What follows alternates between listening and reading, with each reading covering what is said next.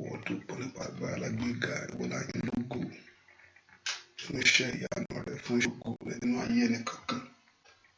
Ẹni mọ Ísírẹ́lì kò bá gbọ́ pẹ́ wa.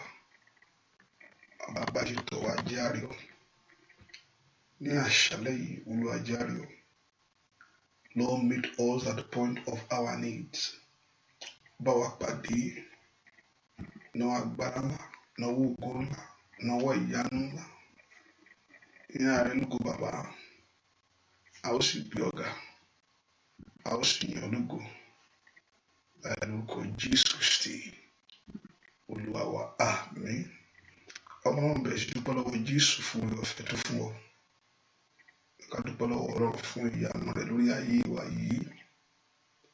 I want us to begin to thank the Lord and begin to appreciate Him for the grace of God in your life. Fún oore ọ̀fẹ́ Ọlọ́run nínú ayé rẹ, nínú ayé ọmọ rẹ, ní gbogbo ọ̀nà rẹ gbogbo. Ẹ kò dúpẹ́ lọ́wọ́ Ọlọ́run yìí fún tí Ọlọ́run ṣe lọ́wọ́lọ́wọ́. Ká dúpẹ́ lọ́wọ́ Ọlọ́run fún tí Ọlọ́run ṣe lórí ilé rẹ, lórí ẹbí rẹ, pé Jésù ṣe, Olùgbàlà ṣe, Olúwa ṣe. Somebody thank Him. Dúpẹ́ lọ́wọ́ Ọlọ́run. Dúpẹ́ lọ́wọ́ Jésù. Dúpẹ́ Olódùmarè yìí. Ọlọ́run Ísírẹ́lì máa ṣe. Ìwọ tó pọ̀ nípa agbára ṣe. Ìwọ tó ní gbogbo agbára lọ́wọ́ ṣe. Ìwọ tó ní gbogbo ìyìn lọ́wọ́ ṣe. Ẹ ká dúpẹ́ lọ́wọ́ Ọlọ́run fún ohun tí Ọlọ́run ṣe lọ́wọ́lọ́wọ́. Ohun tó Olódùmarè ṣe nínú ayé rẹ. I want us to thank Him, appreciate Him, honor Him, give that praise to Him. Dúpẹ́ lọ́wọ́ Ọlọ́run. Ẹ kò dúpẹ́ fún ohun tí Ọlọ́run ṣe. Thank Him for the love of God. Thank Him for the blessing of God. Ẹ ká dúpẹ́ fún ìbùkún Ọlọ́run ní gbogbo ọ̀nà lórí ayé wa sẹ́. Ọlọ́run ṣeun. Ẹni mọ Ísírẹ́lì ṣeun. Ẹni mọ Ísírẹ́lì ṣeun. Wọ́n ti gbogbo ọpẹ́ yẹ ọmọ ṣeun. Wọ́n ti gbogbo ẹ̀yìn yẹ lórí ayé mi ọmọ ṣeun. Ẹ kò dúpẹ́ lọ́wọ́ Ọlọ́run bẹ́ẹ̀. I want us to thank the Lord and thank Him for His grace.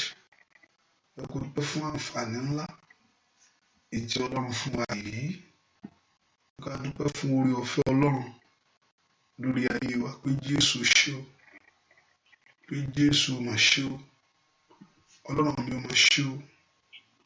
Ọlọ́run mi ò mà ṣe o. Ọlọ́run mo yìn ọ́. Dúpẹ́ oore gbogbo. Ẹ ká dúpẹ́ àǹfààní tọ́lọ́run fún wa. Ẹ ká dúpẹ́ fún ọwọ́ agbára Ọlọ́run lórí ayé wa, pé Jésù ṣe o. Abániṣe òde ọ̀run ṣe. Ẹ ká dúpẹ́ lọ́wọ́ Ọlọ́run yìí. Owó tó pọ̀ nípa tagbára. Owó tó pọ̀ nípa tagbára. Owó tó ní gbogbo agbára lọ lórí ayé wa. Owó tó ní gbogbo agbára lọ lórí ilé wa. Owó tó ní gbogbo agbára lọ lórí iṣẹ́ wa. Ẹ kò dúpẹ́ lọ́wọ́ Ọlọ́run bẹ́ẹ̀. Ọlọ́run mà ṣe. Ó ṣe Ọlọ́run ìmọ́lẹ̀. Ó ṣe ọba tó pọ̀ nípa tagbára. Ẹ kò dúpẹ́ lọ́wọ́ Ọlọ́run yìí. Ọlọ́run tí ò jẹ́ tó fún orí fún wa. Ọba tó gbà lọ́wọ́ ìyà, ọba tó gbà lọ́wọ́ ẹkún. Ẹ kò dúpẹ́ lọ́wọ́ Ọlọ́run pé Ọlọ́run ṣe. Ẹ kò dúpẹ́ lọ́wọ́ Jésù pé Jésù ṣe. Ọlọ́run mi ò mọ̀ ṣe. Ọlọ́run mi ò mọ̀ ṣe o. Ọlọ́run mi mo yìn ọ́. Ọlọ́run á gbé ọ ga. Ọlọ́run á fi ògo fún ọ. Bẹ́ẹ̀ kò fi ìyìn fún Jésù yìí. Bẹ́ẹ̀ kò gbé Ọlọ́run ga fún ohun tí Ọlọ́run ṣe nínú ayé rẹ. Fún ohun tí Ọlọ́run ṣe nínú ayé ọmọ rẹ. Dúpẹ́ lọ́wọ́ Ọlọ́run fún ohun tí Ọlọ́run ṣe. Bẹ́ẹ̀ kò yìn pé Jésù ṣe. Abániṣe ò ṣe o. Abániṣe òde ọ̀run mà ṣe. Ẹni tó kó ayé ẹyin ó ṣe o. Bẹ́ẹ̀ kò dúpẹ́ lọ́wọ́ Ọlọ́run. Ọlọ́run mà ṣe. Father, we thank you. Father, we worship you. Father, we exalt you. Father, we magnify you. Ọlọ́run á yìn ọ́. Ọlọ́run á gbé ọ ga. Ọlọ́run ìjìnlẹ̀ fẹ́. We thank you, Lord. Somebody appreciate Him. Give that honor to Him. Ẹ ká dúpẹ́ lọ́wọ́ Ọlọ́run yìí. ọba tó gbà ọ́ lọ́wọ́ ẹkún, ẹni máa Ísírẹ́lì tó gbà ọ́ lọ́wọ́ òṣì gbogbo, òun náà ló fẹ́ ká fi ìyìn fún. Jésù ṣé o, Jésù yóò máa ṣe mí, o ṣé lórí ilé mi, o ṣé nínú iṣẹ́ mi, o ṣé nínú ayé àwọn ọmọ mi gbogbo. Lift your voice and bless him. Dúpẹ́ lọ́wọ́ Ọlọ́run yìí, dúpẹ́ lọ́wọ́ ẹlẹ́dàá, Ọlọ́run Ísírẹ́lì ó máa ṣe o. We thank you, O God. Ọlọ́run á gbé ọ ga, Ọlọ́run á yìn ọ́, Ọlọ́run Ísírẹ́lì á fi ọpẹ́ fún ọ.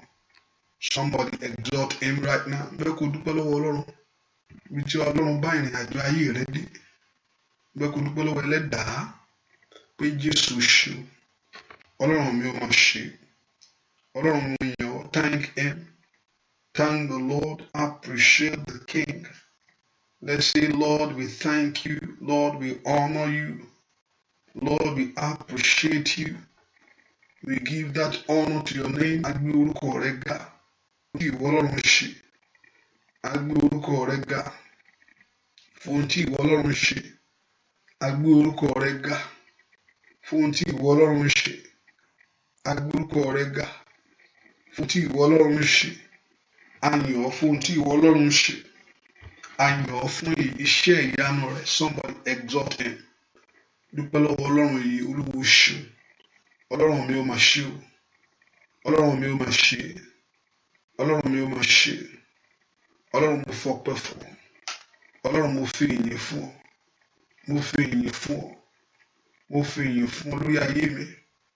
Mo fi ìyìn fún ọ lórí iṣẹ́ mi. Mo fi ìyìn fún ọ nínú ilé mi. Lift your voice, bless him. Dúpẹ́ lọ́wọ́ Ọlọ́run yìí. Dúpẹ́ lọ́wọ́ Ọlọ́run yìí, ọba tí òjò bàjẹ́ fún ọ. Ọba tí òjò dàrú. Ọba tí òjò sọkún. Let's exalt him, let's magnify him. Ẹ jẹ́ ká dúpẹ́ lọ́wọ́ Ọlọ́run yìí. Ọba tí ò jẹ́ kí ìrìn àjò ayé rẹ dàrú. Let's appreciate him. Dúpẹ́ lọ́wọ́ Ọlọ́run, dúpẹ́ lọ́wọ́ Ọlọ́run. Dúpẹ́ lọ́wọ́ ẹlẹ́dàá. Ọba tó fi ire fún ọ. Ọba tí ó gbọ́ àdúrà inú àdúrà yìí. The Lord that will answer your prayers. The Lord that will listen to your cry. Ọba tí ó gbọ́ fi orí lé ọ lọ́wọ́. Ẹ jẹ́ ká dúpẹ́ lọ́wọ́ Ọlọ́run. Ọlọ́run ó ṣe. Gbọ́ àdúrà lórúkọ Jésù Kristi. Olúwa wa. Wọ́n á dúpẹ́ fún ohun tí Ọlọ́run ṣe lọ́wọ́lọ́wọ́ báyìí o. Ǹjẹ́ ká gbé orí tí Ọlọ́run ṣe lọ́wọ́ bá nínú ayé wa. Ọba tí ó ṣe ìyanu tí ayé ò rí. Ẹ kò dúpẹ́ lọ́wọ́ Ọlọ́run. Ọlọ́run mo dúpẹ́ pé wàá ṣe ìyanu ńlá èyí tí ayé ò rí nínú ayé mi. Ẹ ká dúpẹ́ lọ́wọ́ Ọlọ́run pé Ọlọ́run mo dúpẹ́ pé wàá ṣe ìyanu ńlá èyí tí ayé ò rí nínú ayé ọmọ mi. Ẹ kò dúpẹ́ lọ́wọ́ Ọlọ́run yìí. Ọlọ́run mo dúpẹ́ pé wàá ṣe ìyanu ńlá nínú ayé mi èyí tí ayé ò rí. Ẹ kò dúpẹ́ lọ́wọ́ Ọlọ́run bẹ́ẹ̀. Ọlọ́run mo dúpẹ́ pé wàá ṣe ìyanu ńlá èyí tí ayé ò rí nínú ayé mi. Dúpẹ́ lọ́wọ́ Ọlọ́run pé Olúwa mo dúpẹ́ pé wàá ṣe ìyanu ńlá nínú ayé mi èyí tí ayé ò rí. Somebody exalt him. Dúpẹ́ lọ́wọ́ Ọlọ́run, dúpẹ́ lọ́wọ́ Jésù yìí. Ọlọ́run Ísírẹ́lì, mo dúpẹ́ pé wàá ṣe ìyanu ńlá èyí tí ayé ò rí nínú ayé mi. Oya oya oya oya oya. Dúpẹ́ lọ́wọ́ Ọlọ́run bẹ́ẹ̀. Olúwa mo dúpẹ́ pé wàá ṣe ìyanu ńlá èyí tí ayé ò rí nínú ayé ọmọ mi. Ọmọ Ọlọ́run dúpẹ́ fún ìyanu yẹn èyí tí Ọlọ́run yóò ṣe èyí tí ayé ò rí nínú ayé rẹ. Olùgbà ló máa ṣe. Olùgbà ló máa ṣe. Olùgbà ló máa ṣe. Olùgbà ló máa ṣe. Olùgbà ló máa ṣe. Torí pé ó ṣe ìyanu ńlá èyí tí ayé ò rí nínú ayé mi. Dúpẹ́ dúpẹ́ dúpẹ́ dúpẹ́. Ọlọ́run dúpẹ́ yìí. Fi ọpẹ́ fún Ọlọ́run. Fi ọpẹ́ fún Olódùmarè. Dúpẹ́ fún Jésù yìí èyí tí ó ṣe ìyanu ńlá èyí tí ayé ò rí. The Lord that will perform the miracle. The Lord that will perform great things that people will see in your life. Dúpẹ́ lọ́wọ́ Ọlọ́run.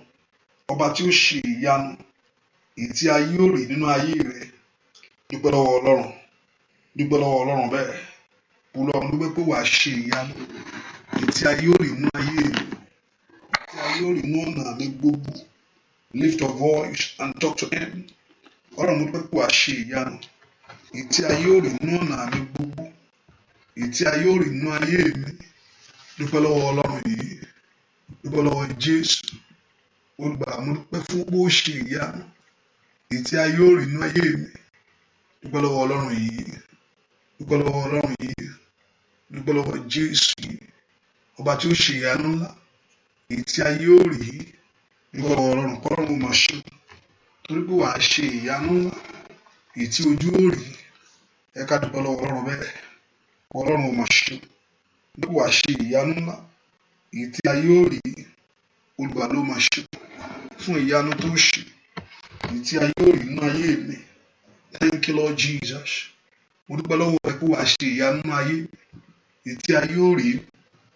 Dúpẹ́ lọ́wọ́ Ọlọ́run, ọba tí ó ṣe ìyanu ńlá èyí tí ayé ò rí nínú ayé wa. Ọlọ́run máa ṣe fún ìyanu tí wàá ṣe. Thank him. Dúpẹ́ lọ́wọ́ Ọlọ́run, dúpẹ́ lọ́wọ́ Ọlọ́run. Ọlọ́run ṣeun, Jésù ṣeun, Jésù ṣeun. Dúpẹ́ lọ́wọ́ Ọlọ́run, ọba tí ó ṣe ìyanu ńlá èyí tí ayé ò rí nínú ayé wa. Jésù ṣeun. Olúwa, ojúbà rẹ, ìbà.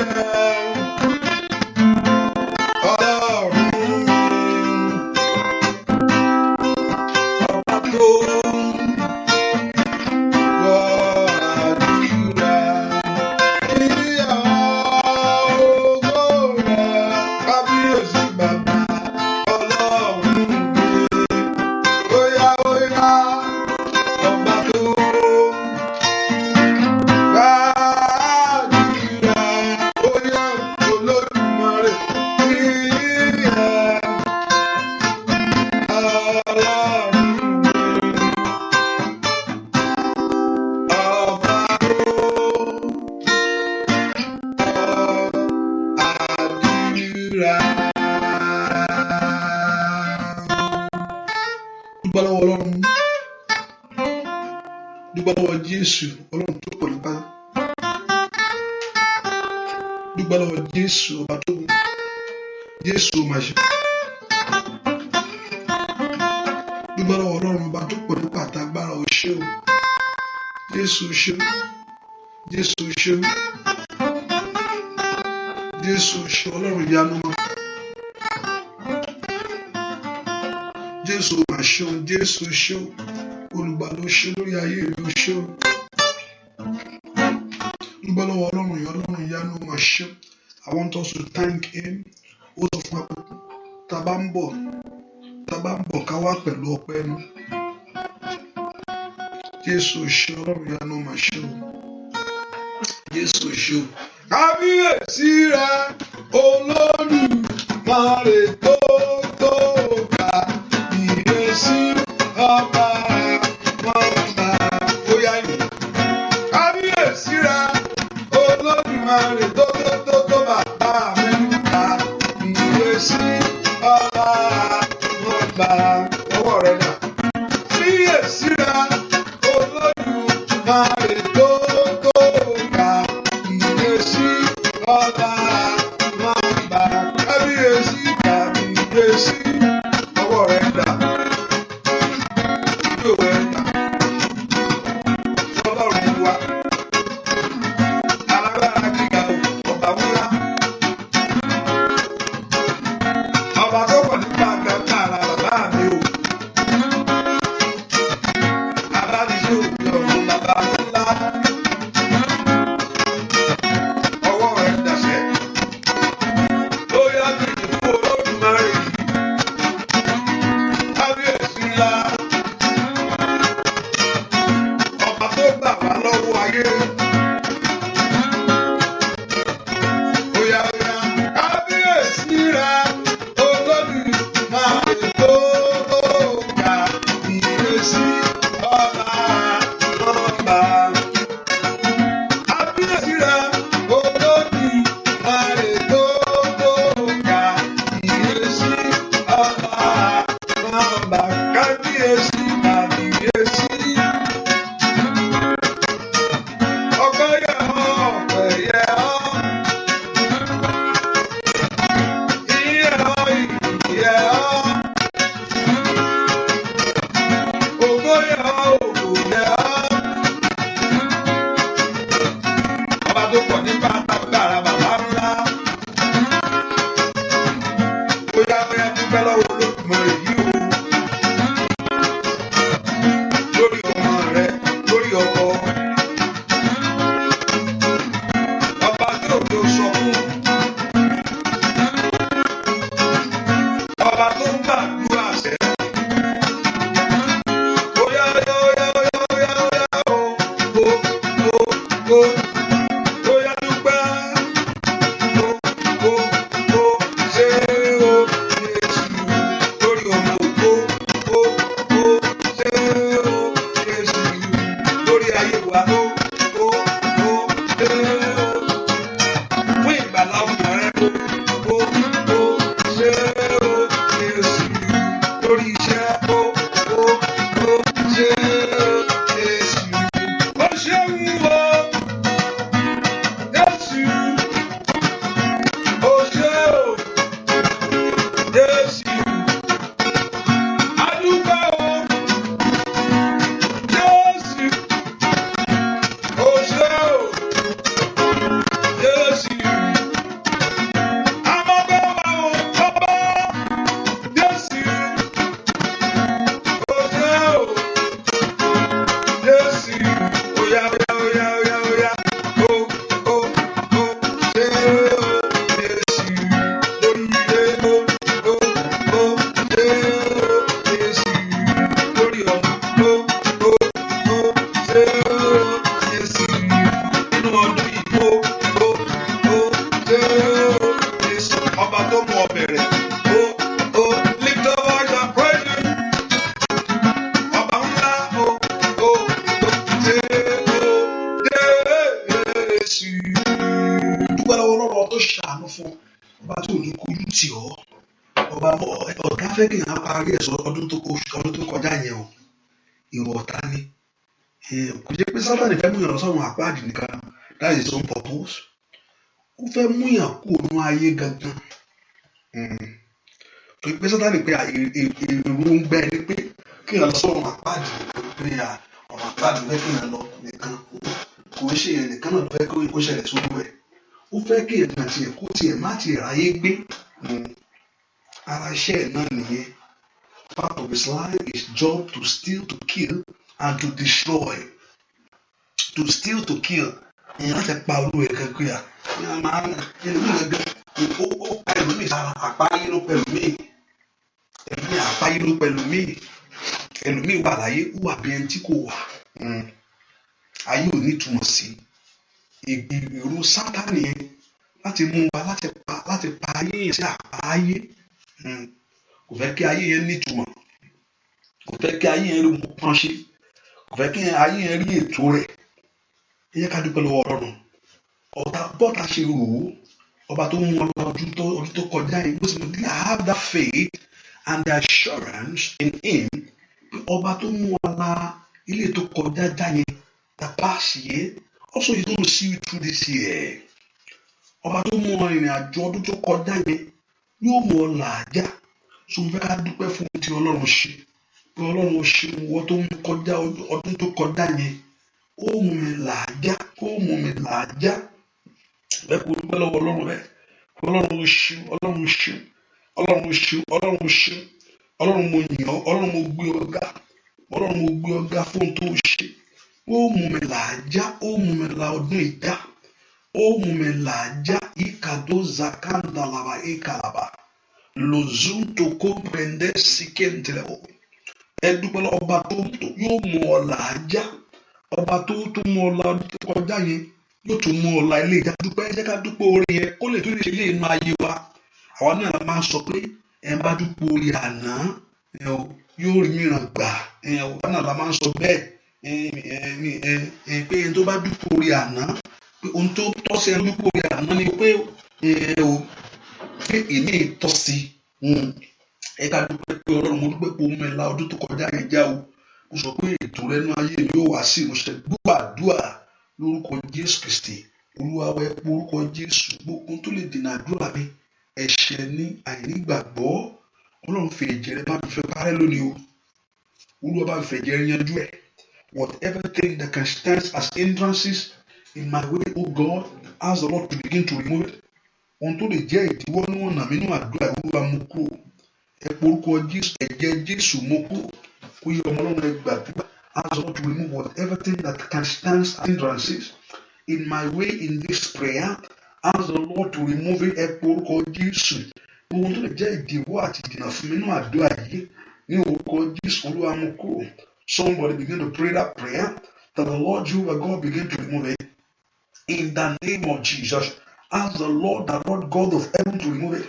Whatever thing that can stand as hindrances and obstacle in my way, in my life, ask the Lord to remove it in the name of Jesus. Ask the Lord to remove it. Mekeda labazuntu kodabate. Matu prende sutoli makanda laba. Matu prendo sutoli mekenda labo. Ohun tó lè jẹ́ ìdíwọ́ àti ìdènà ìkéde parúṣà délébó. Matu kòntélì màsíntòrí màtélébà. Ẹ porúkọ Jésù. Lapendo limatite rapate. Olúwa mú kúrò mi sọ́ntòrá matu kàtàyàwó. Matu prende tekelebo. Mati kalabateya. Mazuko tori makampa rosso tori mekelebo. Ẹ porúkọ Jésù dáadáa. Ohun tó lè jẹ́ ìdíwọ́ tàbí ìdènà nínú àdúrà mi, whatever thing that can stand as hindrances, as obstacle in your way, somebody pray. Ẹ porúkọ Jésù yẹn. Ọlọ́run Ísírẹ́lì, Olúwa mú kúrò lónìí lórúkọ Jésù. Mètélì màkúṣà télébọ̀. Ẹ gbàdúrà. Ẹ sọ fún Ọlọ́run ohun tó lè jẹ́ ìdíwọ́ tàbí ìdènà nínú ayé mi. Ẹ sọ fún Ọlọ́run alààyè, Olúwa mú kúrò. Ọlọ́run porúkọ Jésù dáadáa. Lè pàǹdà yàtọ̀ kó pẹ̀dọ́sì kélébọ̀. Ẹ gbàdúrà mi kó prendo sutulebo. Mato prende se kelebo. Mato karapate keleba si kelebo. Mato prende te kelebo. Ẹ gbàdúrà ohun tó lè jẹ́ ìdènà àti ìdíwọ́ ní ayé mi. Ẹ pe orúkọ Jésù. Ó makado lápàtórí máa ṣe kelebo. Ẹ gbàdúrà mú kúrò. Ẹ pe orúkọ Jésù. Mato korapatu telemo santelebo. Ẹ gbàdúrà mú kúrò. Ohun tó lè jẹ́ ìdíwọ́ tàbí ìdènà náà mi. Ẹ sọ fún Ọlọ́run. Ask the Lord Jehovah God, in the name of Jesus. Matoko rapati kelebo. Ẹ gbàdúrà, the Lord should remove it. Ohun tó lè jẹ́ ìdíwọ́, the Lord, everything that can stand as hindrances in this prayer in my life. Gbogbo tó jẹ́ kí àdúrà mi kó mú ìyanu wá jáde fún mi. Ọlọ́run ẹ sọ dàdúrà. ohun tí ò ní gbà lẹ́yìn ohun tí ò ní gbà tí ò fẹ́ fàyè gbà mí, that thing in my life that will not allow the blessing to overflow. Bó tó jẹ́ kí ìbéèrè mi kó ṣe ìtẹ́wọ́gbà níwájú Olúwa. Ẹ sọ fún Ọlọ́run lónìí, Olúwa palẹ̀ rẹ̀ mọ́. As of to remove that hand in that name, that sin, whatever thing that be in the month tó jẹ́. Ẹ sọ fún Ọlọ́run pé Ọlọ́run, my Lord and my Father, whatever thing that can stand as hindrances, and that you are to perceive telebo. Ẹ sọ fún Ọlọ́run, mezukoto remateke rapataya, loto prende kelebo, mato prendo sotolebo. Sọ fún Jésù dáadáa, ohun tó lè jẹ́ ìdíwọ́ tàbí ìdènà, mato ko rapataya, mezukoto remakatalabo, masoko rapetelema. Ẹ sọ fún Ọlọ́run, ohun tó lè jẹ́ ìdíwọ́ tàbí ìdènà, ìkàtàlíbò kó torí bàtà, ìkàtẹ́rẹ́bò sótòlébò, màzúkò tólébò. Ẹ gbàdúrà in the name of Jesus. Màsótòrí màsíntòlébò. Ẹ sọ fún Ọlọ́run, màtókò rápà sótòlébò, rápàtẹ́lẹ̀ màkàtàlébò. Ẹ sọ fún Ọlọ́run, ohun tó lè jẹ́ ìdíwọ́ tàbí ìdènà nínú ayé mi, nínú àdúrà yìí. Ẹ sọ fún Jésù, Olúwa mú kó. Ọlọ́run lánàá ó gbàdúrà. Ẹ sọ fún Ọlọ́run, with everything that can stand as hindrances, masoko robo sonto lebo, mato prende sekende lebo. Somebody pray that prayer. Ohun tó lè jẹ́ ìdíwọ́ tàbí the whatever thing that can stand as hindrances. You want that prayer to be answered. You have told us this is what call upon me and I will answer you and I will show you the mighty things that knoweth not. Ó ní ẹ ké pè mí, èmi ó dá yín lóhùn, èmi ó fi ohun alágbára tí ẹ kò mọ̀ yín. Ọmọ Ọlọ́run lánàá gbàdúrà. Ẹ sọ fún Jésù, Olúwa Ọlọ́run alààyè, ohun tó lè jẹ́ bí ìdíwọ́ tàbí ìdènà nínú ayé mi. In the name of Jesus, as the Lord, matoli makotoli masa, matoko robo sontole mokuraba, matora batale makaya labasenti lebo. Somebody pray and talk to God. Ohun tó lè jẹ́ ìdíwọ́ tàbí ìdènà in the name of Jesus. Masotore matekelebo, made kandali masantelebo, rapatori masikalabo, masontori masantelebo, mateke rapatikaba, in the lamba sontolebo, matoko rapatele mosontolebo, rapatele masantelebo. Ẹ pọ orúkọ Jésù. Ohun tó lè jẹ́ bí ìdíwọ́ tàbí ìdènà ní ọ̀nà mi. Ask the Lord to remove it in the name of Jesus. Open your mouth to pray. Rapasanto libokaba, mantoko rampelebo. In Jesus' name, we pray. Ask the Lord. Gbogbo tó dúró ti àdúrà mi. Olórígun Pàṣà, ó dúró ti àdúrà Dáníẹ́lì. Tell the Lord whatever thing that is standing against my prayer, the Lord remove it today. Olórígun Pàṣà, ó dúró ti àdúrà Dáníẹ́lì. Whatever thing that is standing against my request, Holy Spirit, remove it in the name of Jesus. Matoko kotori masikelebo, matekele masintori makarabate. Ẹ gbàdúrà, Ológun Pàṣà, ètò dúró ti àdúrà mi, every power standing against my prayer. Ẹ sọ fún Ọlọ́run, the Lord Jehovah God to remove it. In the name of Jesus, ask the Lord to remove it. Somebody pray that prayer. Mato kontare masantelebo. Ask the Lord. Mato repasintelebo. Rapatoli masentelebo. Repatinke rabasentelebo. Mateke rabasontole makayaba. Ask the Lord in the name of Jesus. Matari masotolebo. Maropa tukelebo, matandele masontoleba, masontoli masandebo, itatele masendelebo. As the Lord, Ológun Pàṣà, in the name of Jesus, in the name of Jesus, as the Lord to remove it out of your way, out of your life. Masotole mashentelebo, as the Lord, matekele masentelebo, nekatele mosotoleba.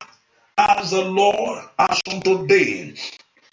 In the name of Jesus, that power that is standing against your blessing, that power that is working against you today, be removed in the name of Jesus.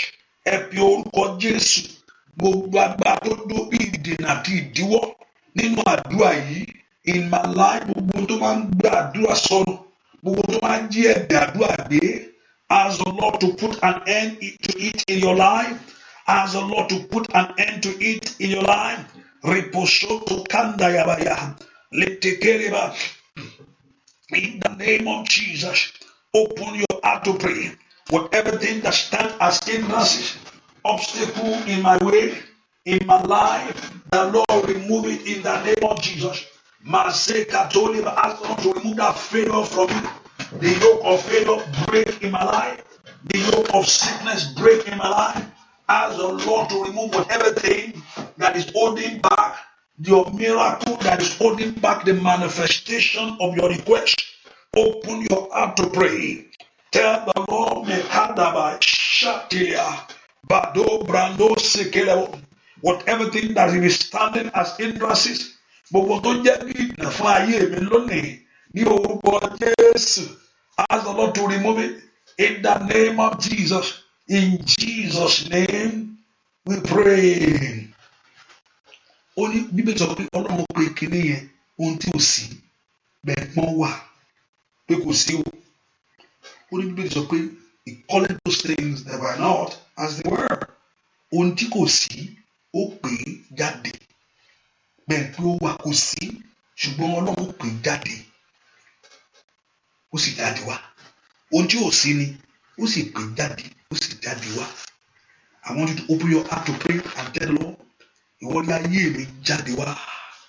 Let my blessing begin to overflow. Owó àṣeyọrí mi jáde wá. Ìwọ ògo mi jáde wá. I want you to begin to lift your voice and begin to call those things to come out. Bẹ́ẹ̀ kò bẹ̀ sí pé kí ni yẹn jáde gbogbo bí yẹn Olúwa jọ̀ọ́ jáde wá. Somebody open your heart to God. Let those things begin to manifest. Ẹ pe orúkọ Jésù mi tẹ́ wá sẹ́. Let the blessing begin to manifest. Gbogbo tí ò sí yẹn, ẹ pè jáde, ẹ pè jáde, ẹ pè jáde, ẹ sọ fún Jésù, ẹ sọ fún Ọlọ́run alààyè pé kó bẹ̀rẹ̀ sí pé kí ni àṣeyọrí mi jáde wá. Lórúkọ Jésù ló láṣeyọrí ní ọdún yìí o. Begin to say it. Ohun tó bọ́lọ̀ ṣe pè nìyẹn, bí Ọlọ́run ṣe dá ayé nìyẹn. Ó ní kí ìmọ́lẹ̀ ò sí, ó ní kí ìmọ́lẹ̀ wà. Torí pé ọ̀rọ̀ àṣẹ jáde, ìmọ́lẹ̀ ò kọ ohùn sí Ọlọ́run lọ́rùn. Ó dá Ọlọ́run lóhùn ni. We are sọ fún Jésù. Now begin to call those things that are not ikabatolima in your life as they were now. Pé wọ́n wà bẹ́ẹ̀, wọ́n àṣeyọrí mi jáde wá, wọ́n ìwòsàn mi jáde wá. Somebody pray. Begin to call those things out. Ẹ bẹ̀ sí pè jáde. Ẹ bẹ̀ sí pè àṣeyọrí yẹn jáde. Ẹ pè jáde. The Bible says you will decree a thing and that very thing will be established. Bí èdè sọ pé wàá pàṣẹ, Ọlọ́run ó sì fìdí ọ̀rọ̀ yẹn múlẹ̀. Mo ní àṣeyọrí ní ọdún yìí o. Mo rọ́mọ mi gbẹ́jọ́ ní ọdún yìí. Mo rọ́kọ mi ní ọdún yìí. Somebody begin to declare those things as that thing ti tàkùbà promotion mi ní ọdún yìí. Àṣeyọrí tẹ́ bá ayé mi ní ọdún yìí. Ìdá mo gba àlàáfíà gbé ní ọdún yìí. Somebody mo gba lẹ́tà ayọ̀ tí ayé mi ti ń retí. Somebody declare those things as they were now. Pè jáde nínú ọdún yìí ní orúkọ Jésù. Mo dé bá ayọ̀ mi náà ṣe ńlá. I begin to do things. Ire dé bá ayé mi. Somebody open your heart to pray. No parutalia. Matori masido niani bekwari bestada. Somebody pray that prayer in the name of Jesus. In Jesus' name we pray. I strongly believe after this prayer, many of us, we are contracting them and apply for it. We have business here, we have migration thing. There must be a step. Àdúrà kò dákẹ́. Àdúrà máa ń ṣe pé ó máa ń jẹ́ kí ọ̀nà yẹn dára. Àdúrà máa ń ṣe nínú àdúrà máa ń jẹ́ kí tàbí tí èèyàn bá gbàdúrà èèyàn lè fò dáńdó èmi ò gbà yẹn gbọ́ o. Ẹ bá wọn jókòó sọ pé ó ń gbàdúrà kan síbi kan parí ilé tí wọ́n lọ. Ẹgbẹ́ ẹnìkan eré ni o. Olú ẹ̀ ń jókì náà. Àdúrà pẹ̀lú ìgbésẹ̀. That's my own That's what I believe. You pray and you take a step. Ohun tádùá máa ṣe ni pé á wá jẹ́ kí ìgbésẹ̀ yẹn kó wá bọ̀ sí. Ohun tádùá máa ṣe ni pé á mú ìdíwọ́ àti ìdínà kúrò nínú ìgbésẹ̀ yẹn. Ohun tádùá máa ṣe fún yàn nìyẹn o. Ìfẹ́ ká ń gbà bẹ́ẹ̀. Àdúrà kò kí ń fún yàn májíìkì o. Àdúrà kò kí ń. Sometimes when I look back to certain things that I've done, I also realized that many of us are making a mistake sometimes. Think God is just going to perform his miracle just like that. God is a miraculous God. He works miracle. But kò ní ṣe bẹ́ẹ̀ yẹn. Àdúrà pẹ̀lú ìgbésẹ̀. Ìgbà míì èèyàn máa ń dé oríta kò yé mi. Bí tí èèyàn ti ní ìdẹ̀mí mọ́ nìyẹn, òun náà ní ìdẹ̀mí mọ́ náà dá sí. The Holy Spirit will come and intervene to your case. Ìgbà míì èèyàn lè wà ọ̀rọ̀ tí èèyàn ti ń gbé ìgbésẹ̀ tí ò bọ́ sí. Ìgbà míì èèyàn lè wà ká pásítọ̀. Mo ń ṣe nǹkan tó yẹ kí n ṣe náà, ohun tí mo kọ̀ ṣe ni pé mi kì ní yóò bọ́ sí ni. Mo tún understand yẹn. Ibi tá ohun tádùá máa ṣe fún yàn nìyẹn. Àdúrà máa ń mú ọwọ́ ayé kù ní ayé ẹni ní. Ó sì máa ń jẹ́ Ọlọ́run kó fi ṣàánú fún yàn. Ó ní ẹ tí bá ń béèrè ẹ̀ka ọ̀rọ̀ Ọlọ́run. I love to hold God. Èmi tó máa mo like láti rí ọ̀rọ̀ Ọlọ́run bó ṣe sọ. But very and I see the word of God beyond any other word. Mo rí ọ̀rọ̀ Ọlọ́run ju anything lọ. Ọ̀rọ̀ number one, kò sí no idea of man, not your experience, not your feelings. Sometimes many of us use feelings that people should adapt our feelings or your experience or ìran kan àbí àlá kan bó ṣẹlẹ̀ sí wọ tí ò bá sínú ìrọ̀ ní gbogbo ẹ̀. Because that's the word of God that is infallible. That's the word of God that been settled. Hallelujah. Sometimes by my experience don't mean that you have to experience what I'm experiencing in life. Some people use the experience of them to make it something theistic or things that people have to follow. No. My experience is probably different from your experience, but what cannot change and what you cannot put back is the word of God. That can speak to every life is the word of God. So tí ẹ gbàdúrà ìgbésẹ̀ ẹ wá orúkọ Jésù. Gbogbo ìgbésẹ̀ mi nínú ọdún yìí, gbogbo àjò bọ́ sí ire fún mi. All my step, all my agenda, gbogbo tí màá dé, gbogbo tí màá bá sọ̀rọ̀, gbogbo tí mo fẹ́ nǹkan lọ́wọ́ wọn. Lórúkọ Jésù. In any way, lórílẹ̀-èdè ló ti fẹ́ nǹkan ni. You need things in this nation. In that business, lórí ọmọ gbogbo ìgbésẹ̀ mi nínú ọdún yìí, gbogbo àjò bọ́ sí fún mi. Mi gbọ́dọ̀ rí ìjákulẹ̀. No failure. No failure. Gbogbo ìgbésẹ̀ mi nínú ọdún as you are taking those steps, as you are exercising that step, láti bá èèyàn sọ̀rọ̀, láti apply, láti wáṣẹ́, láti rìnrìn àjò, láti lówó, láti wọlé, láti ra mọ́tò. Gbogbo ìgbésẹ̀ mi fún rere nínú ọdún yìí, Olúwa jọ̀ọ́ bọ́ sí fún mi. Oyè sọ́dàdúà orúkọ Jésù. Somebody pray that prayer. Ọlọ́run alààyè. Gbogbo ìgbésẹ̀ mi nínú ọdún yìí, Ọlọ́run orúkọ Jésù yẹn. Olúwa jọ̀ọ́ bọ́ sí fún mi. Gbogbo ìgbésẹ̀ ayé àwọn ọmọ mi. Every step of my children. Ọmọ Ọlọ́run orúkọ Jésù dáadáa. Gbogbo ìgbésẹ̀ mi. All my fún àṣẹ olórí business yẹn o. Pípé kí business yẹn dàgbà ní orúkọ Jésù. Ní orúkọ ayé fún rere lọ. Látòrí abàtà. Kí ayé kó mọ̀ fún rere. Ẹ pe orúkọ Jésù níbo lẹ wà sẹ́. Gbogbo ìgbésẹ̀ mi nínú ọdún yìí ní orúkọ Jésù. Oya. Matuganda ya santo yada. Leprendo sikele. Somebody pray. Gbogbo ìgbésẹ̀ mi ní orúkọ Jésù. Fún àṣeyọrí nínú ọdún yìí láti lọ́mọ tó tẹ lórúkọ Jésù kó bọ́ sí fún mi. Gbogbo ìgbésẹ̀ mi láti ṣe ohun ńlá, láti gbọ́ ńlá. All my step this year, in the name of Jesus, láti ṣe ni mi ìmọ̀ tó tẹ̀ ń gbàdúrà fún. I don't know what you are believing God for. I don't know what you are trusting God for. I don't know what you are looking unto God for. Ẹ pe orúkọ Jésù. Gbogbo ìgbésẹ̀ mi nínú ọdún yìí, Olúwa yóò bọ́ sí fún mi. Gbogbo àgbàdìwọ́, gbogbo àtúmọ̀ dènà ayé ẹni. Lórúkọ Jésù, gbàdúrà lórúkọ Jésù Kristi. Olúwa wa. Ọlọ́run nìkan mo ní ìgbàgbọ́ òun ló lè fi tiẹ̀ ṣe. Èèyàn dídá kó fi Sátánì ṣe. Tí ẹ bá ti fi tọ́ you above all. Tí Ọlọ́run nìkan nìyẹn ti fi ṣe.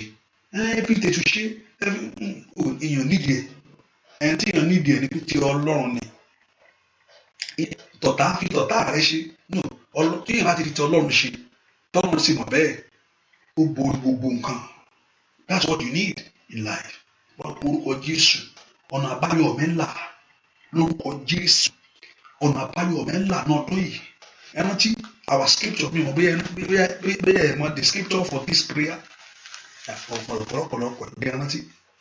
I don't know whether you know that the scripture that we are standing upon this prayer. Kí ni scripture that we know in prayer?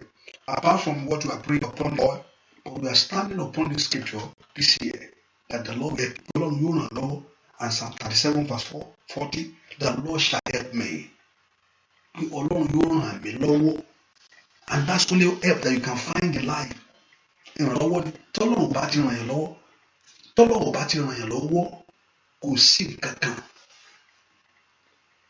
That's for the oil.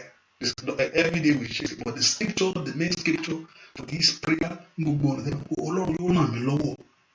Psalm 37 verse 40, and you point that scripture to yourself. I will read it to you. The Lord shall help them. Now, then, put it to yourself. Ọlọ́run yóò ràn mí lọ́wọ́. All what every one of us are praying for, ìrànlọ́wọ́ Ọlọ́run à ń béèrè fún ní alẹ́ yìí. Ẹni tó ń béèrè fún owó, ó ń béèrè fún ìrànlọ́wọ́ owó ni. Ẹni tó ń béèrè fún ọkọ, ó ń béèrè fún ìrànlọ́wọ́ ọkọ ni. Ẹni tó ń béèrè fún ìrànlọ́wọ́ ọmọ, ó ń béèrè fún ìrànlọ́wọ́ ọmọ ni. Olúwa yóò ràn mí lọ́wọ́. That's why I want you to put that scripture to you point it to yourself. Nínú àdúrà tá a fẹ́ gbà yìí, in this prayer, Olúwa yóò ràn mí lọ́wọ́. The Lord shall help. Olúwa yóò ràn mí lọ́wọ́. Olúwa yóò gbà mí. The Lord, you are going through anything, the Lord will deliver you. Olúwa yóò ràn mí lọ́wọ́. Olúwa yóò gbà mí. Olúwa yóò gbà mí lọ́wọ́ àwọn ẹni ibi. The Lord will deliver me from the wicked. I wish somebody can read this in Yoruba. And the Lord shall save me. Ọlọ́run yóò gbà mí because mo gbẹ́kẹ̀lé. I wish somebody can tell. Okay, maybe next time I will make arrangement for that. Olúwa yóò ràn ọ́ lọ́wọ́. That's the way you are standing upon.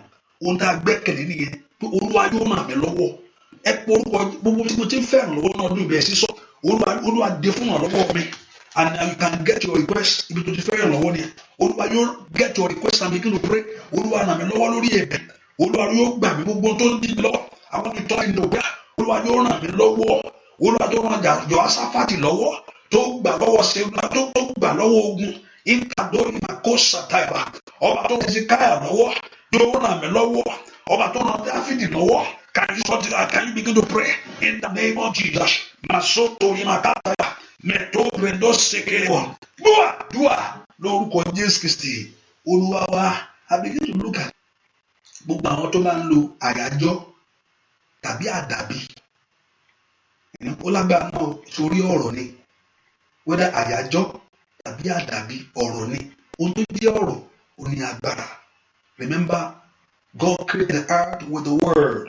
Ọ̀rọ̀ ni Ọlọ́run fi dí ayé. So ọ̀rọ̀ tí ẹ má lọ kó bóyá made in the image of God, being a spirit being.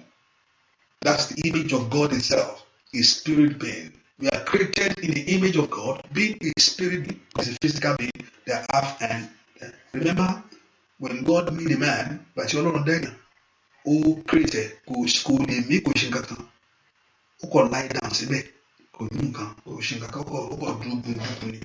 Ọlọ́run mú ara, ohun tó wá mú kíní yẹn flow tó sọ yẹn di, ó ní ìmísí Ọlọ́run. The ruah of God, ìmísí Ọlọ́run tó wọnú ẹ̀, ẹ̀jẹ̀ sáwọ́ bẹ̀. That means pé the spirit of man is in the Lord. Ẹ̀mí èèyàn inú ẹ̀jẹ̀ ló wà. Ọlọ́run dá èèyàn yẹ̀pẹ̀ ni, ṣùgbọ́n nígbà tó mí sí ni ẹ̀jẹ̀ bẹ̀rẹ̀ sí flow. Ẹ̀jẹ̀ ò flow tẹ́tẹ́lẹ̀ o. Ìgbà tí èèyàn náà bá fẹ́ lọ náà, ẹ̀jẹ̀ náà ló máa gbé. Because the life of a man is in the blood. Tí ẹ̀jẹ̀ bá ti kú lára èèyàn, yá mútu bẹ́ẹ̀.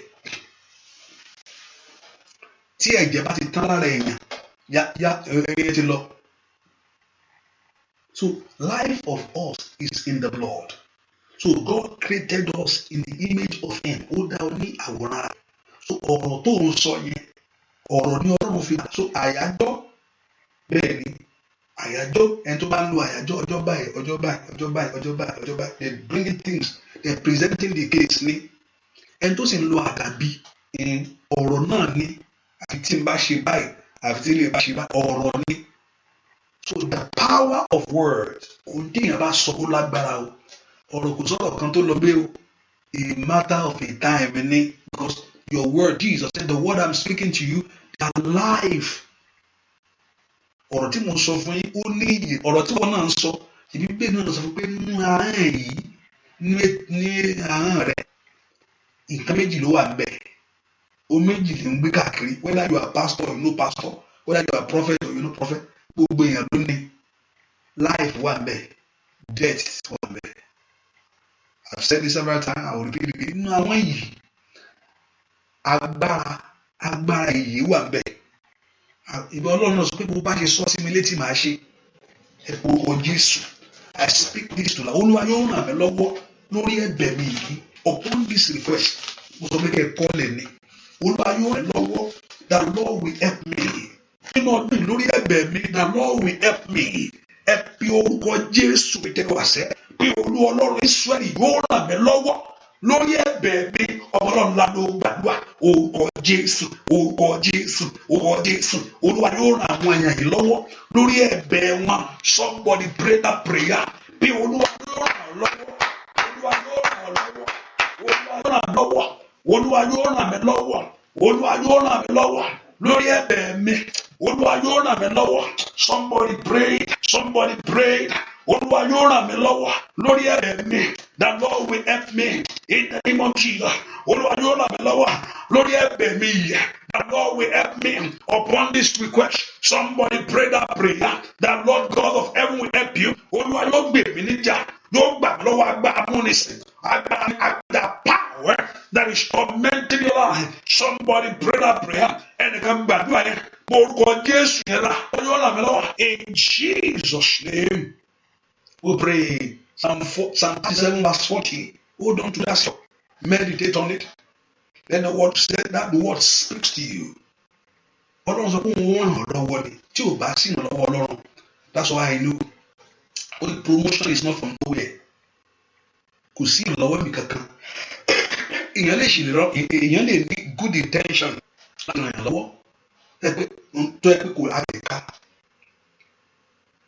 ṣùgbọ́n Ọlọ́run ló ràn yàn lọ́wọ́ gbogbo ètò wà nínú àdúrà yìí lórí ẹ lọ lọ́wọ́ Ọlọ́run ẹ ṣàmì dáadáa gbogbo èèyàn tó wọnú àdúrà yìí wá lórúkọ Jésù ẹ lọ rí ìrànlọ́wọ́ Ọlọ́run gbogbo èèyàn tó wọnú àdúrà yìí lórúkọ Jésù ẹ lọ rí ìrànlọ́wọ́ Ọlọ́run gbogbo èèyàn tó wọnú àdúrà yìí lórúkọ Jésù ẹ lọ rí ìrànlọ́wọ́ Ọlọ́run gbogbo èèyàn tó wọnú àdúrà yìí wá ẹ lọ rí ìrànlọ́wọ́ Jésù wọ́n ní Olúwa kó ràn yín lọ́wọ́ Olúwa kó gbè yín níjà Olúwa Ọlọ́run Ísírẹ́lì kó ràn yín lọ́wọ́ Olúwa Ọlọ́run Ísírẹ́lì kó gbè yín níjà ẹ lọ rí ìrànlọ́wọ́ Ọlọ́run gbà ẹ lọ rí ìrànlọ́wọ́ Ọlọ́run gbà ẹ lọ rí ìrànlọ́wọ́ Ọlọ́run gbà ẹ lọ rí ìrànlọ́wọ́ Ọlọ́run gbà ẹ lọ rí àánú Ọlọ́run gbà Masori masaini bakaya bastritalia matori menisinduri meshida bakaya bastritalia wa in anto isha kundile mkoprendo sikimlenda lórúkọ Jésù ẹ lọ rí ìrànlọ́wọ́ Ọlọ́run gbà ẹ lọ rí ìrànlọ́wọ́ Ọlọ́run gbà Olúwa kó ràn yín lọ́wọ́ Olúwa kó ràn yín lọ́wọ́ Olúwa kó ràn yín lọ́wọ́ Olúwa kó ràn yín lọ́wọ́ Olúwa kó ràn ọmọ yín lọ́wọ́ ní orúkọ Jésù nínú ọdún yìí Olúwa kó ràn yín lọ́wọ́ ẹ rí ìrànlọ́wọ́ Ọlọ́run ẹ lọ rí ìrànlọ́wọ́ Olódùmarè ibi tẹ́ ti ń fẹ́ ẹ lọ rí that place that you need help of God let the help of God manifest ojú òní tì í Olúwa kó ràn yín lọ́wọ́ ẹ lọ rí ìrànlọ́wọ́ Ọlọ́run gbà Olúwa kó lọ́wọ́ ní orúkọ Jésù nínú ọdún yìí kó bá yín gbogbo ẹrù náà gbogbo ẹrù wo gbogbo ní gbogbo àjàgà gbogbo ní orúkọ Jésù let God begin to help you may you receive the help of God in the name of Jesus in a miraculous way thank you good God in Jesus name our Lord we pray. Obi tẹ́tí fẹ́ràn lọ́wọ́ láyé mo ní Ọlọ́run kó fún yín láti ṣiṣẹ́ lọ gbogbo ibi láyé tẹ́tí béèrè fún ìrànlọ́wọ́ lórúkọ Jésù ìrànlọ́wọ́ kó dé fún ayé yìí gbogbo etí Ọlọ́run tẹ́tí fẹ́ràn lọ́wọ́ lórúkọ Jésù ẹ rí ìrànlọ́wọ́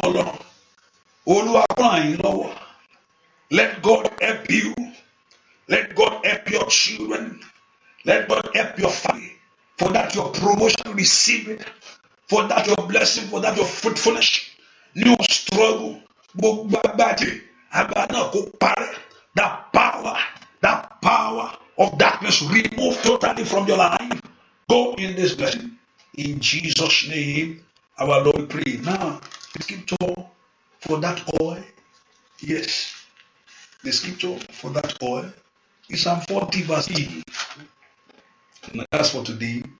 Remember, he says, he shall put a new song in my mouth. Over you film to see me.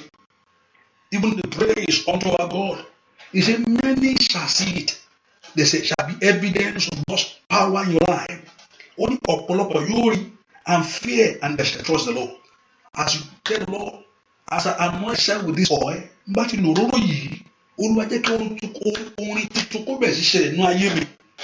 as I anoint myself with this oil, gbogbo tó ń jẹ́ tó dàbí ìdíwọ́ inú ayé mi ẹ̀pọ̀ra ẹ̀ parẹ́. Whatever has anything in my way in my life, disappear in the name of Jesus. Ọmọlọ́lá ló gbàdúrà. As I anoint myself with this oil, agbára jíire yóò fi ohun tó sílẹ̀ nù. Ó bàlẹ́ bókà. As your people anoint themselves with this oil, let the power from above rest upon it. No, God, let every evil mark be removed. Every mark of delay be removed. Every mark of failure be removed. Every mark of stagnancy be removed. As I anoint myself with this oil, in the name of Jesus, let the yoke break. Let that be hidden. In Jesus' name, we pray. Do you know that there are many scriptures in the Bible that Lord told us we should use oil? Oil also symbolize the Holy Spirit. The Bible told us, if anyone sick among you, let the earth anoint the person with the oil. The prayer of faith will heal the person. David said, he anoint my head. He said, don't let the oil dry. To exercise, God himself told Moses how to prepare the oil. He told him how to get the oil. God, how you going to? Yes. And Jesus himself anointed with oil. Jesus was anointed with oil. Today, you di àjẹsára now you turn to something in your life, a bulletproof. You di àjẹsára nínú ayé rẹ. Gbogbo omi tó mu yẹn, omi àdúrà, gbogbo omi tó mu yẹn, gbogbo òróró tó lò yẹn. Arákùnrin kan ìgbà tí wọ́n gbé igbá sórí rẹ̀, ó ní orúkọ Jésù. Ẹni ìgbà tẹ́lẹ̀ máa dàn pé ó ti jàjẹ́ ara Jésù sára. Hallelujah.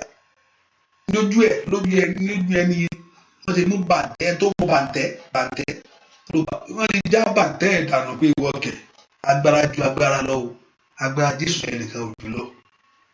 Bẹ́ẹ̀ ni ojú ẹni láti yọ bàǹtẹ́ ẹ tó so bàǹtẹ́ wọ́n dì já bàǹtẹ́ wọ́n kàn láti wọ́n bàǹtẹ́ rẹ̀ ò lè gbà á. As you anoint yourself, believing in that name of Jesus, kó di àjẹmọ́nú fún ọ, kó di agbára fún ọ, gbogbo èdè ogun kó para. As you anoint yourself with that oil, be a man of favor. Ẹ bá àánú pàdé ní gbogbo ẹni tí a gbá gbogbo ènìyàn tó sọ pé kó má ra àánú, gbogbo ẹni tó ní kí àánú èèyàn sá fún láyé, mo sọ tẹ́lẹ̀ sínú ayé rẹ nípa agbára Ọlọ́run. Lórúkọ Jésù, àánú Ọlọ́run kó pàdé. Amen. Somebody say that amen. Mo ń bẹ́ nìkan sọ̀rọ̀ lọ́wọ́ nìyẹn o. Gbogbo ọ̀rọ̀ tí ayé bá sọ sí ọ lónìí pé kí àánú jìnnà sí ọ, pé kò má rí àánú gbà mọ́, pé kò má rí aláàánú mọ́. Ọ̀pọ̀lọpọ̀ ó ṣẹ̀ ní o ní ṣùgbọ́n torí pé àti fẹ̀yẹ̀ Jésù rà ọ́ padà. Mo ní bẹ́ẹ̀ ni gbogbo bí táyé sọ pé kò má ti rí àánú mọ́, pé kí àánú jìnnà sí ọ. Lórúkọ anoint yourself with this oil. Àánú kó padà sínú ayé rẹ. Let mercy enter into your life. Àánú kó padà sínú ayé ọmọ rẹ. Àánú kó padà sínú ayé ọkọ rẹ. Let the mercy of God rest upon your life. Ẹ lọ rà àánú gbà. Ẹ lọ rà àánú gbà. Ẹ lọ rà àánú gbà. Ẹ lọ rà ọ̀fẹ́ gbà. Let the mercy of God flow. Àánú kó jọba gbogbo lórí iṣẹ́ ẹ̀kẹ́ rà àánú gbà. Bẹ́ẹ̀ ni ó sì rí. As you anoint yourself, the yoke of enemy remove. Gbogbo èdè òkùnkùn pa. Bẹ́ẹ̀ ni ó sì rí. In Jesus' name, our Lord, we pray. Anoint yourself. Anoint yourself. Anoint yourself. Fòrò ẹ̀kára rẹ̀. Ó ní orúkọ ohun tuntun bẹ̀rẹ̀ lọ́wọ́ ayé yín láti sin. Anoint yourself. To be the mark. Gbogbo ogun ojú àlá kó parẹ́. Gbogbo ẹ̀rù ojú oorun. Lórúkọ Jésù kó dópin. I'm speaking to somebody right now. Gbogbo ogun ojú àlá kó parẹ́. Gbogbo ẹ̀rù ojú oorun kó parẹ́. Ní orúkọ Jésù. Ojú àlá rẹ̀ kúrò ilé ẹ̀ mọ́. Ẹlòmíì kó bá fẹ́ lọ sọ̀rọ̀ wọ́n máa bà á torí ó máa lójú àlá. Lórúkọ Jésù kò parẹ́ láti ṣiṣẹ́ lọ. Ìdè yẹn kó jánu ayé rẹ̀. Láti ṣe ìdè yẹn kó já. Ṣé that amen? Ìdè yẹn kó já. Ní orúkọ gbogbo ẹ̀ tó ń fi àlá rẹ̀ fi jagun pẹ̀lú ẹ̀. Indaya anda asa tunda. Wáyé ni kúṣà tìrì bàkàpẹ́rẹ́. Wáyé ni màkúṣà tìrì. Ogun náà kó parẹ́ lónìí. Ogun náà kó parẹ́ lónìí. You are free from that battle. You see, give it the beloved sound sleep.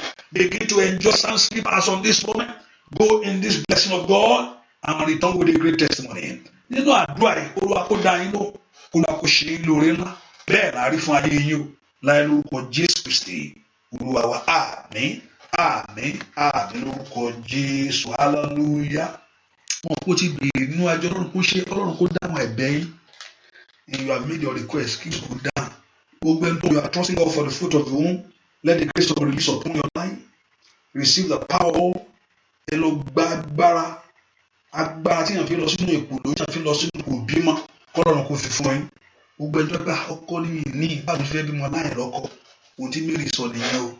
How can this be? Mi ò lọ́kọ o, mi ò mọkùnrin rí o. Báwo lè ṣe? Ìwọ tó wà nínú àdúrà yìí, aya ni ọmọ oníkọ̀kọ̀ òsì nílò aya láti bímọ láyé. Lórúkọ Jésù, ó yá wọ́n jáde wá. Lórúkọ Jésù wá. Ilé tí ó fi àbàlẹ̀ kó jáde wá. Ò ní ṣìgbé. Bẹ́ẹ̀ ni ó sì wọ́n pé kó máa jù ẹ́ lẹ́yìn. Gbogbo ẹni kó ṣáà máa wà ní ṣọ́ọ̀ṣì máa wọ̀ tó ní kíkó wà ní ṣọ́ọ̀ṣì kí ní ṣọ́ọ̀ṣì ṣáà máa wọ̀ fún ẹ. Gbogbo ègún yẹn gbogbo ọ̀rọ̀ yẹn lórí ayé rẹ̀ parí lónìí. Ẹ gba ìtúsílẹ̀. Go in that blessing of God and return with a great testimony. In Jesus' name, our King will pray. Amen. Amen. Amen. And in Jesus' name. Hallelujah. Hallelujah. Believe that the prayer continue also. And also, please, I say, tonight, I don't know. Let's see how it works. I don't see it. Don't let me see it. So if you don't see it, you don't know me. Hallelujah. And also, about I know some people ask me in the morning, nípa ohun tí ẹ máa ń fi tíyàn lè fi sára that mo fẹ́ blessing as I see already. Remember we were praying that prayer and I shifted to this moment. Where can open the scripture you to read? Hosea chapter 14 verse 6. Hosea chapter 14 verse 6. Ezekiel, chapter 20 verse 41. Hosea 14 6. Ezekiel 20 41. Hold that scripture. Hold the two scripture with you by God's grace. And what to see where as on tomorrow I begin to pray on it. We are the man Fisara Elomi. Because you body would on a camp. Elomi. Maybe I will give you a story tomorrow and I will give you about the deodorant. So could anybody Elomi a year like kò lè bá olórí pàdé wọ́n ti fi tán táyé fi sí láti kó ṣàmàrùn ìyá ni kò lè àádùn wọn ni òsì lárí rẹ̀ ẹ̀mí ìkórira pé kó jọ sí bàbá ètì ẹ̀ gbogbo tó ṣẹlẹ̀ sí ibi iṣẹ́ tẹ̀tẹ̀ àti ṣẹlẹ̀ sí mílẹ̀ ọwọ́ ayé kó parẹ́. As we go to bless that whatever you use which is physically is you use it, please use it, it's good. Hallelujah. You use it, you use it. So we bless it until we have perfume where you just bless it. But we will kick in here that just faith in here, but go that because it that way jarani. Yoruba ko perfume ju be Yoruba lo de and that to the people. Lord God is agba Ọlọ́run kó balẹ̀. Agba Ọlọ́run kó balẹ̀. Ìmísí Ọlọ́run kó balẹ̀. Kí ayé yín kó bẹ̀rẹ̀ sí ní dúndùn. Say that amen. Let your life begin to have a good aroma in the name of Jesus. Kí ayé yín kó bẹ̀rẹ̀ sí ní dúndùn. Orí ọ̀fẹ́ Jésù lọ́wọ́. Ìfẹ́ mọ́ ṣọlọ́. Kọ́lọ́run kó yọ mi sán. Kó yẹ kó gba agbára Ọlọ́run. Bẹ́ẹ̀ ni ó sì rí. Kí àdúrà kó gbà. Kẹ́ lẹ́nu ọpẹ́ nu eléyìí o. Bẹ́ẹ̀ ni Ọlọ́run kó yanjú ọ̀rọ̀ náà. In Jesus' name we pray. Amen. Amen. Amen. Thank you for being here. God bless you. God bless you. God bless you. See you tomorrow. See you tomorrow. Let me see tomorrow. See you tomorrow. God bless you. Bye bye.